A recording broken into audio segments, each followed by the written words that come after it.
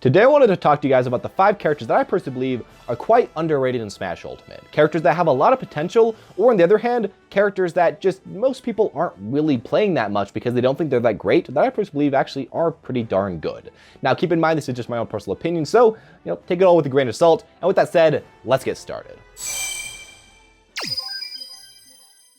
So the first character I wanted to talk about is going to be Incineroar. I feel like Incineroar is a character that a lot of people just kind of didn't give a chance from the very first glance. A, because a lot of people just didn't like his design and kind of, how he was the last slot.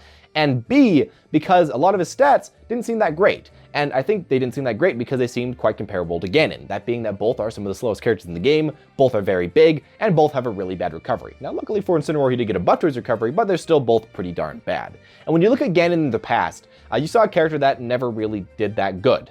And when you saw Incineroar, you're like, hey, this character's really similar, he's probably not going to do that good, probably not going to really be worth my time, I'll probably not play him. But I feel like as time has gone on, we had a few good Incineroar players, like Magister for example, and we've kind of figured out that while Incineroar isn't, the very best character, as far as a heavyweight goes, he's a pretty darn good heavyweight, and even a super heavyweight. I feel like he's a character that just has so much good stuff going for him, and while he does have those main negatives, he has stuff like throw combos, down throw F smash, stuff like side B, which can kill super early, or put your opponent into a bad situation. Back throw, which kills super early, the best back throw in the whole game, or up throw, which also does great. He has tilts, which all come out decently fast, have large hitboxes, and lead into combos, or just straight up kill. And he has smashes that are just ridiculous. They kill so darn early. The final thing that I really like about Incineroar as well is that he actually has ways to get out of combos. He has down B, which is a great combo breaker, or I guess a string breaker. And as well, he has neutral B, which if you're in a bad situation, you can throw out and beat almost every move. I think the thing about this character is that, yes, he doesn't have every single tool that you want on, the top tier type characters, but I feel like he has so many tools and he has so many good tools that you can't really say he's awful. You can't really say that he's bottom tier, he's just pretty darn good. And in general, I'd say he's probably a mid tier, while most people are saying that he's probably a low or a bottom tier.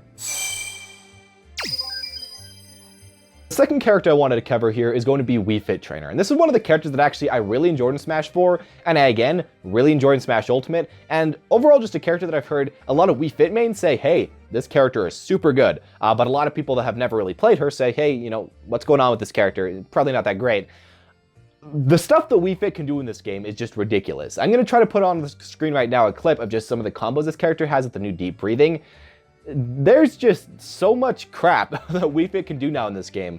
Combo-wise, damage-wise, hitbox-wise, all of that. I feel like when you look at Wii Fit in the last game, you saw a character that had a lot of potential, but was kind of awkward. And while she still is a little bit awkward and her hitboxes still aren't, my favorite in the world, they just work a lot better now. Primarily up tilt and nair and even forward tilt just feel like they work more now, and even her smashes as well just feel like they work. Now, of course, that's really nice. Having a character that, kind of was awkward in the last game work is great. But the better part about this character is that while she also has these great combos, she has even better stuff from her deep breathing. Now, this was always a great part about the character that in a lot of cases actually made her kind of similar to Cloud, where she's a character that, once she has her thing up, she can just go ham. But now it's just even better, giving you damage reduction, more speed, more damage. It's really, really good. Overall, I feel like Wii Fit's a character that, when you actually look at her, can kind of do a little bit of everything. She can combo really well with stuff like nair, up tilt, and throws. She can actually camp quite well with her side B volleyball, and then neutral B the stun salutation. She can heal herself up, which no other character can do in the game, essentially forcing your opponent to go attacking you, or, just giving you free health back, which is kind of annoying to deal with. And she even has some good spacing moves like back air. This character, I feel like, is one that a lot of people don't really want to put the time into, that is a little bit awkward to start playing, but honestly a character that I see a lot of potential in and that someday we might actually see a lot of good results in. Overall, a character I think I see a lot of people putting as bottom tier, and that I think could be mid tier or maybe even high tier. The third character I'm going to talk about here is Roy, and I feel like the problem about Roy is that for a long time we've had Chrom, which people thought was amazing, and then he's kind of, dropped off. And then after that, we have Lucina, which I think a lot of people are thinking are amazing, and is still doing really, really well. And I think in a lot of cases people are thinking, hey, I could just pick up Lucina, why play Roy? Why play Chrom? Why play the majority of the other sword fighters other than, Ike, because he's really easy and does really, really well in games. But I feel like people are really underrating how good this character can be and just what he can do. Now, the thing that's so good about this character compared to Lucina is that Roy's a character that can really pop off, can get huge combos, and that can get huge damage and kill super early. When you look at Lucina, she is really good. She is really consistent, has a good recovery, has good damage, has good spacing, has all of that. but I feel like she doesn't really combo that well. She can get a few hits into each other, but most of the time it's just strings or just getting your opponent above you and juggling, which isn't bad. But when you look at that compared to someone like Roy, who has huge combos or huge strings that can do a ton of damage, that can just straight up 0 to death you at times, I feel like you can kind of see, while yes, Lucina probably is more consistent and a better pick if you want to just have the 100% consistency, Roy really does have that pop-off potential. I think even just looking at one particular move, that being a side B, you can see how good that can possibly be. That move kills earlier than Limit Cross Slash, and it comes out super early and you can combo into it. Yeah, Roy really has a lot of good stuff going for him. I feel like as time goes on, people are just going to start picking up Roy more and more because A, he's not really a boring character that I think a lot of people are kind of figuring out Lucina kind of is. He has a lot of potential, he is the tip, and he has the hilt of his sword, which make him a really, really interesting character. And as well, he has a pretty darn good recovery, which is a lot more than Chrom can say, making him a lot better. I feel like overall, Roy's a character that right now people aren't really giving too much of a time of day, that eventually will get a lot of attention. Overall, a character that I think is quite underrated, but in the future could be really, really good. The next character I wanted to talk about is going to be Zero Suit Samus. And honestly, this was one of those characters that I personally thought was going to be really bad when we first saw her in Smash Ultimate.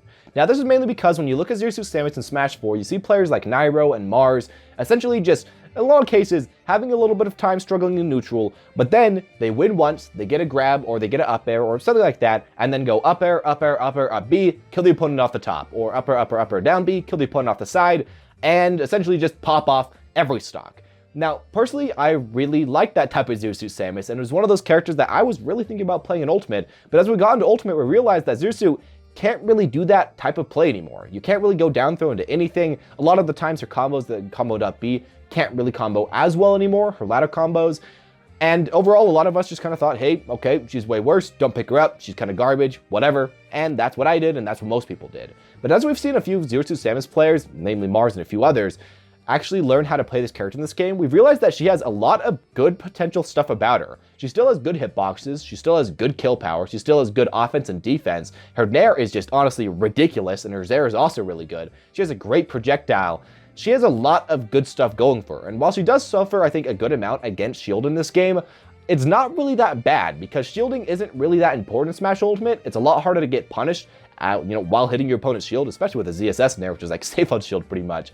And so that makes it, while, yeah, her inability to essentially kill you out of shield does hurt her, it's not the worst thing in the world. I feel like overall, when you look at Zero Suit Samus, you see so much good stuff. You see great frame data, you see great kill power, you see great speed. And while, yes, she did lose the ladder combos in the last game, I feel like overall, her juggling potential, her edge guarding potential, and just her speed and her dash dancing and all of that works so well into Ultimate that in a lot of cases, they almost make up for it. I still think that Zero Suit Samus might be a little bit worse than she was in the last game, but I think she's a lot better where most people are putting her. I see a lot of people saying that she's like mid or low tier. I feel like in general, she's got to be a high tier. She is really good and has a ton of potential. And we were even seeing this a lot in tournaments. She's doing pretty dang okay, as we've been seeing in Genesis and all over the place.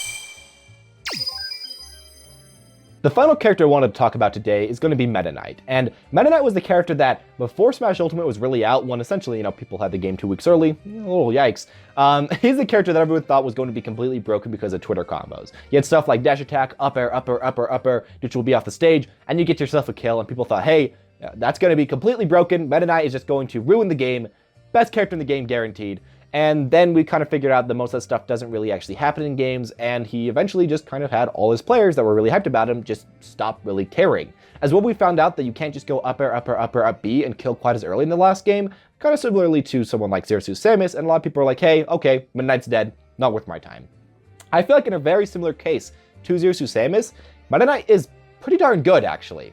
And a lot of people aren't really seeing how good he is. Now, the best parts about Meta Knight in this game, at least in my own opinion, is that he's quite safe in a lot of situations, especially with his smash attacks and even with a decent amount of his aerials. He has a good amount of aerial mobility. He can get back onto the stage almost for free because of how good his recovery is. He can edge guard really well because, how great his recovery is and how many multi-hits he has. And as well, he can juggle amazingly. And he even has a good dash attack, and he has a good grab, which all add up to a character that I think is pretty darn good. Now, I feel like overall, a lot of people kind of expect Meta Knight in this game to be exactly the same as the last game, where you essentially just either dash attack or grab, and those are kind of the two main things. While those still are really good in Ultimate, I feel like a lot more now you have to focus more on spacing some aerials, focus on spacing some tilts, focus on getting more reads with a lot of your smashes. But if you can do those out of run, I feel like he can actually work pretty okay. If you look at somebody like Abadango, you're actually seeing a good amount of results out of this character, and while I still feel like he might have gotten nerfed a decent amount from the last game, I don't think that he's nearly as bad as a lot of people are saying, and I think he's still honestly, in a lot of cases, one of the better characters in the game, probably around high tier, at least my own personal opinion. But anyways, there you guys go. Those are all my opinions about the 5 characters that I believe are quite underrated in Smash Ultimate, what's so good about them, and I guess why a lot of people are kind of underrating them, or what parts of their kits people don't think is that great that I think really doesn't hold them back nearly as much as most people think. As always though guys, thank you all for watching, hope you enjoyed. If you did, make sure to leave a like, comment down below your own personal opinion about 5 other characters that you think are quite underrated. I guess one character that I would also add to this list is Dr. Mario. I see a lot of potential out of that guy, or even just regular Mario as well. But there you guys go. As always though guys, thank you all for watching, hope you enjoyed. Top of the screen right now is a card for a playlist of more Smash Ultimate videos like this. Subscribe to see more in the future. As always guys, have a smashing day.